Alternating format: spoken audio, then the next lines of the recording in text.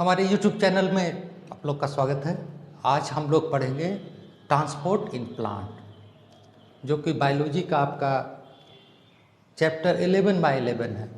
Standard 11 का chapter 11 है transport in plant. ये हम लोग देखते हैं कि जो न्यूट्रिएंट और वगैरह मटेरियल जो है ज़मीन से लेकर के उतना ऊंचाई तक जो बहुत ऊंचे ऊंचे बड़े लंबे पेड़ होते हैं वहाँ आखिर कैसे पहुँचता है। मैक्सिमम 15 मीटर की ऊंचाई तक पानी पहुंचता है ज़मीन से, रूट के द्वारा जो लिया जाता है प्लांट में।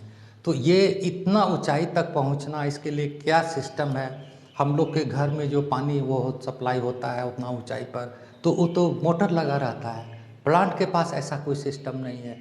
हम लोग के बॉडी में जो ब्लड का सर्कुलेशन वगैरह होता है वो पंप, वो वहाँ पर वो सिस्टम बना हुआ, उसका कार्डियक सिस्टम जो है तो उसके द्वारा होता है। तो प्लांट में तो ऐसा कुछ नहीं, आखिर कैसे होता है। कि वेरी सरप्राइजिंग, बहुत आश्चर्य की बात है कि ये 15 मीटर की ऊंचाई तक जो बहुत लंबे प्लांट हैं, ज़मीन से लेके इतना ऊंचाई तक कैसे खींचा जाता है न्यूट्रिएंट और वाटर जो है।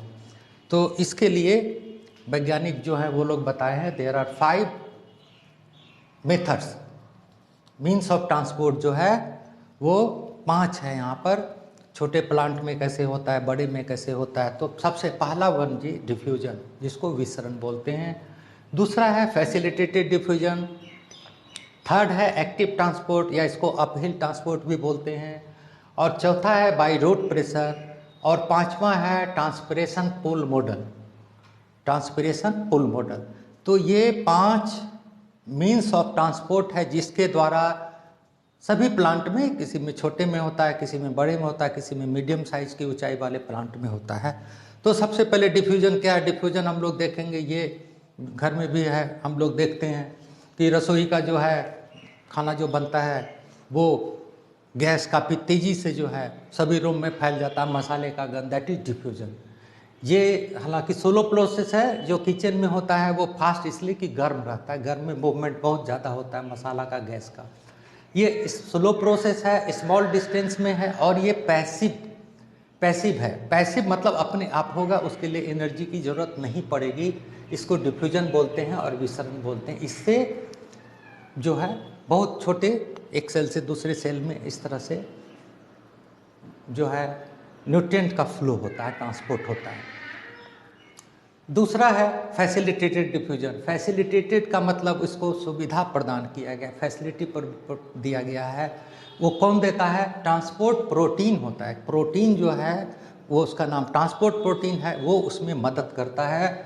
और एक सेल से दूसरे सेल में ट्रांसफ़र कराने के लिए वो कैरियर प्रोटीन है, ढोने वाला है। तो स्पेशल मेम्ब्रेन प्रोटीन होता है जो कि उसको साइट फॉर क्रॉसिंग मॉलिक्यूल देता है विदाउट एक्सपेंडिचर ऑफ एटीपी। इसमें एटीपी खर्च नहीं होगा, अलग से एनर्जी नहीं लगेगी।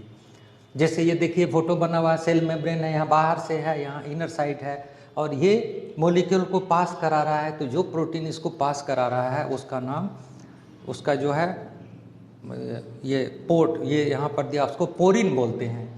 पोरिन, पोर माने छिद्र होता है, पोरिन। ये इस तरह से ये प्रोटीन मॉलिक्यूल है जो कि उसको इस साइड, बाहरी साइड से सेल के दूसरे साइड से, एक साइड से दूसरे साइड ले जाता है, जिसको पोरिन बोलते हैं। पोरिन एक लार्ज, बहुत बड़ा पोर्स होता है, छिद्र होता है प्रोटीन के अंदर, प्रोटीन मॉलिक्यूल के अंदर जो है उसका। तो ये ट्रांसपोर्ट का काम करता है। और जो छोटा स्मॉल पोर है उसको सिर्फ पोर बोलेंगे, वो भी प्रोटीन है। और जो पानी को जो पास कराता है उसका एक्वापोरिन बोलते हैं। तो इसमें जो है एक चैनल बनाता है जिससे ये जो है पास होता है। और जो प्रोसेस है ये, उसको पोर्ट बोलते हैं। प्रोसेस जो प्रक्रिया जो हो रही है इसको एक साइड से दूसरे साइड ले जाने का, सेल वाल का, उसको पोर्ट बोलते हैं। तो इसमें 3 तरह का प्रोसेस बताया गया है, uniport, symport and antiport. Uniport में क्या होता है, एक मॉलिक्यूल उससे पोरिन से जो है बाहर जा रहा है। सिम्पोर्ट में क्या होता है, 2 molecule at the same time same direction में जा रहे हैं, सिम्पोर्ट। और एंटीपोर्ट में क्या होता है, 2 मॉलिक्यूल अपोजिट डायरेक्शन में पास कर रहे हैं। तो ये जो अपोजिट डायरेक्शन वाले पार्ट पास कर रहे हैं तो उसको एंटीपोड प्रोसेस बोलते हैं। अब थर्ड जो है एक्टिव ट्रांसपोर्ट। एक्टिव ट्रांसपोर्ट ये इधर पैसिव था। पैसिव का मतलब एनर्जी, एक्स्ट्रा एनर्जी नहीं लगती है, एटीपी नहीं लगता है। लेकिन एक्टिव जहाँ पर भी आएगा एक्टिव ट्रांसपोर्ट, इसका मतलब कि एक्सपेंडिचर खर्च हो रहा है, एनर्जी लगाना पड़ रहा है और उसके अगेंस्ट में आप जा रहे हैं। जो ग्रेडियंट है, जो ढाल है, उसके अगेंस्ट में आप जैसे पहाड़ पर चढ़ाई कर रहे हैं, आपको ज़्यादा एनर्जी लगती है, इसलिए इसको अपहिल ट्रांसपोर्ट भी बोलते हैं और एक्टिव ट्रांसपोर्ट बोलते हैं। ये low concentration to higher concentration में जाना है, इसीलिए यहाँ पर एनर्जी की ज़रूरत होती है, जिसको एक्टिव ट्रांसपोर्ट और अपहिल ट्रांसपोर्ट बोलते हैं। इसके लिए भी स्पेशल मेम्ब्रेन होता है प्रोटीन का, लेकिन इसको पंप बोलते हैं। और जो इधर वाला था जो फैसिलिटेटेड डिफ्यूजन में, उसको पोर्ट ये बोलते हैं, पोरिन बोलते हैं या एक्वापोरिन वगैरह वो बोलते हैं। तो यहाँ पर पंप बोलते हैं, जैसे हम लोग के घर में पानी चढ़ाने के लिए जो पंप का इस्तेमाल होता है, सेम है। तो against a concentration gradient, gradient क्या होता है, ढाल होता है। तो ये ढाल ऐसा, लेकिन इसके उल्टा में जाना, इसलिए आपको एनर्जी लगता है। ये similar to our water system, जो घर में टंकी में पानी चढ़ाते हैं पंप, वही चीज़ होता है। अब इसके बाद देखिए फोर्थ जो है बाय रूट प्रेशर। छोटे पौधों में रूट प्रेशर से भी पानी जो है वो न्यूट्रिएंट, वाटर और न्यूट्रिएंट जमीन से पास करता है।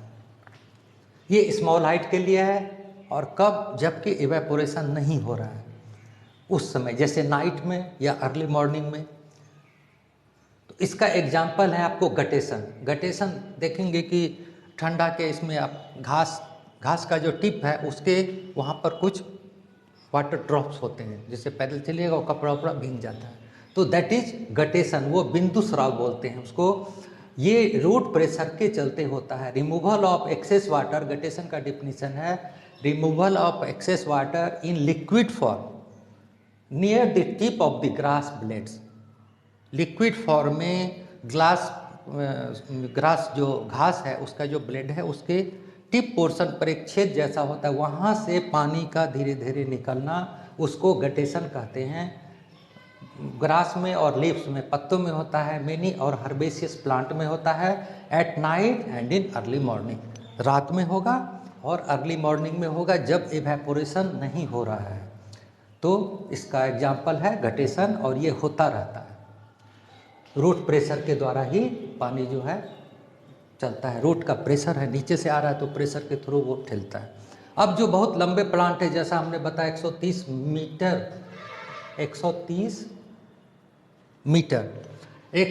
मीटर तक का है जो पानी चढ़ता है, और 15 मीटर पर आवर, 1 घंटे में 15 मीटर वाटर और न्यूट्रिएंट ऊपर जाता है। तो ये जो बहुत सरप्राइजिंग चीज़ है, ये कैसे होता है, तो इसके लिए साइंटिस्ट जो उन्होंने दिया है transpiration pool model. Transpiration pool model, इसका फुल फॉर्म है cohesion tension transpiration pool model, लेकिन शॉर्ट में हम लोग ट्रांसपिरेशन पूल मॉडल बोलते हैं। ट्रांसपिरेशन क्या है? ट्रांसपिरेशन जानते हैं, loss of water in vapour form. Vapour form में होता है फ्रॉम द प्लांट से पानी का निकलना वेपर फॉर्म में जो है, उसको ट्रांसपिरेशन बोलते हैं। ये थ्रू स्टोमेटा होता है और लेंटिसेल्स के द्वारा होता है, 2 चीज़ के द्वारा होता है, तो उसको ट्रांसपिरेशन बोलते हैं। तो ट्रांसपिरेशन, जैसे बड़ा बड़ा पौधा है, ट्रांसपिरेशन हो रहा है, तो उसमें वाटर का कमी हो रहा है, तो वो खींचता है, एक पुल, सक्शन, जो सक्शन, एक खिंचाव पैदा होता है उस खाली जगह को भरने के लिए।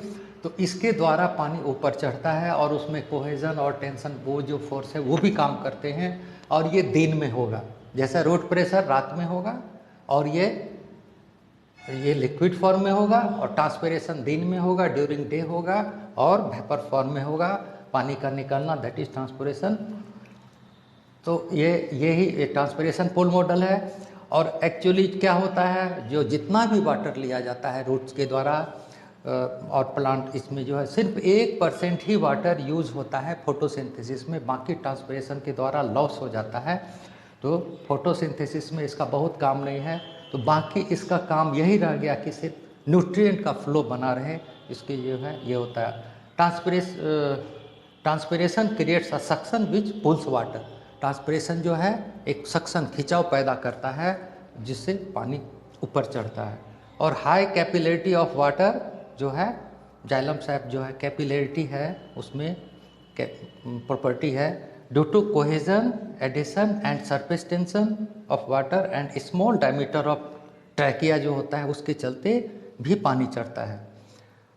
ट्रांसलोकेशन क्या है? Translocation that is transportation with in A plant. Plant के अंदर जो न्यूट्रिएंट का ट्रांसफर हो रहा है दैट इज ट्रांसलोकेशन। और एक चीज इसमें और आ गया, इम्बाइबिशन क्या है? इम्बाइबिशन होता है the absorption of liquid into the ultra microscopic space और pore found in solid colloids causing them to increase in volume. तो वो इसको इम्बाइबिशन बोलते हैं। जैसे सीड जो हम लोग देते हैं, चना फूल जाता है, गेहूँ, मूंग, कोई भी फूल करके वो बड़ा मोटा हो जाता है, इंक्रीज इन वॉल्यूम होता है, तो उसको इम्बाइबिशन बोलते हैं। इसमें the absorption of liquid into the ultra microscopic, जो बहुत अति सूक्ष्म जगह है उसमें पानी का भरना और पोर्स, किसमें? Solid collides. सॉलिड कोलाइड्स में जो होता है उसको इम्बाइबिशन बोलते हैं। ऑस्मोसिस का भी यहाँ ज़रूरत पड़ता है कहीं कहीं, ऑस्मोसिस इसके साथ आया तो अपने ऑस्मोसिस का डिफिनीशन है कि movement of liquid from lower concentration to higher concentration जो है, और थ्रू सेमी परमेबल मेम्ब्रेन, उसको ऑस्मोसिस बोलते हैं। Now it is all about the transport in plant. Okay, thank you for watching our video.